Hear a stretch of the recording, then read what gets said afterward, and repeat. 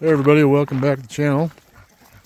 Just a few minutes ago I just got home from work, and just right over the hill, less than a quarter mile away, I had just seen a little herd of elk, which I'll actually show you here in a few. And anyways, we're going to walk around the hay bales here and look for any signs and make sure it's as secure as we can and hope those elk don't make it here. So I'll show you a clip of those elk right now, just right over the hill. So here we have some elk, and it's less than a quarter mile away from my haystack. So gonna be watching out for that tonight. I hope they don't make it back around this way. Otherwise I'm gonna have to let the dogs out. Just kidding. But I'm gonna have to scare them away though. So okay, so here's a little bit closer view. Just a small herd of elk, but they could do some damage to my hay real quick. Like I said, we're less than a quarter mile away. And let me zoom in a little bit more here. There we go. So they're not looking too bad for having such a long winter. A little bit skinny, but not too bad, which is good. Thank goodness it's not a big herd, huh? Yeah. Yeah. Well, let's hope they don't show up. So there you go, guys. What was that, about 15 or 16 elk maybe? Anyways, not a very big herd, but let me tell you guys, they can do some major damage to this hay in just one night. So with them being so close, I'm probably not going to sleep very well. And if I hear any disturbance, I'm going to have to come check it. The good news is we don't have any major alfalfa bells open yet. Matter of fact, if we walk over here to the steers, I think we still have that grass bell, and that might not be as enticing for them to come on in here as alfalfa would be, and usually not. So we might not get them to come back, but you know, we might. So it'd be pretty unlikely. They'll do it though. I mean, those elk will go some places. Yeah, like I said, if this was alfalfa and not rooster grass, as we're going to call it now, you know, they'd smell that stuff a long ways away. So at least we're dealing with this and not that rich alfalfa, because I'd be almost positive they'd come over here. Now we have a couple neighbors that have some haystacks as well, and some of them have a pretty good fence around it, so I'm not worried about them, but I'm hoping they don't get hit either. And let's go check this one out. And of course down here we have this trit grass mix, so probably not too big of a hot ticket item for the elk, so should be safe there. So really I think we're just dealing with some of these bells. They have some alfalfa in there, and so we'll be watching that pretty heavy tonight.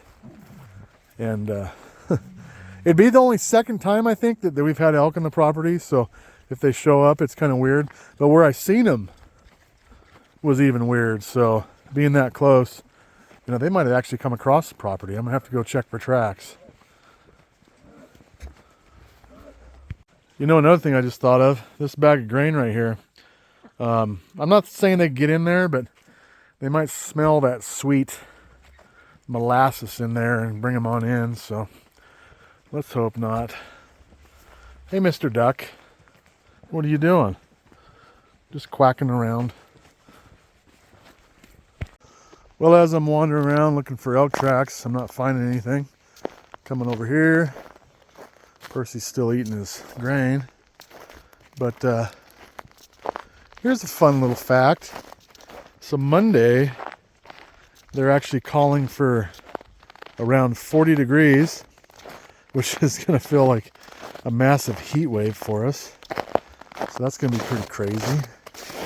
These look like just a bunch of dog tracks here. But yeah, so 40 on Monday, and then 2 days later, we're supposed to be back down to minus 12, minus 15 for a low.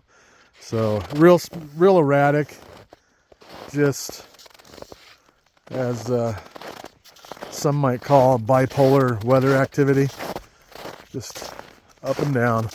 Don't know what's going on, but that 40 is going to be nice. And honestly, if it is going to be 40, we might have a date for some birds to get plucked and put in the freezer. So we might take an opportunity. I'm not sure on that yet, though. We'll see. So with spring on the way, I guess our weather's going to be kind of back and forth for a while, which is all right.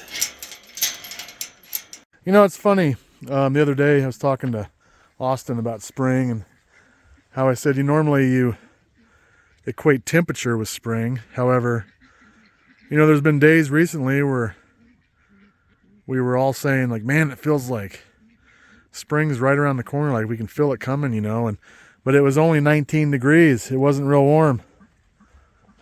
And so it didn't really make sense to me. I'm like, it's not like it's warm. It's not feeling warm like spring. But then it dawned on me. I'm sure everybody else knows this already, but it's the angle of the sun. So instead of being over here, it's over here. It's hitting my body, my face at a different angle. And that's what triggers the feeling inside that, hey, it's springtime. Spring's coming.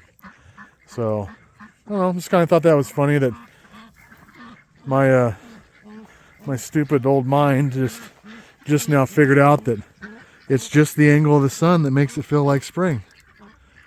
So, isn't that something? Biscuit don't care what day it is, do you, Biscuit? Yep.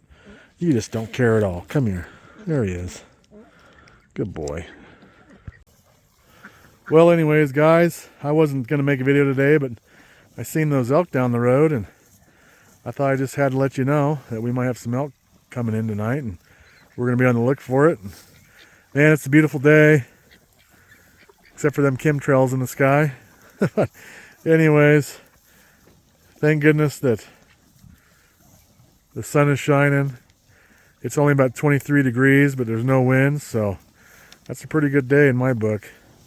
I'm going to call that good. I'll let you guys know tomorrow what's going on with the elk, so we'll catch you later. Have a good one.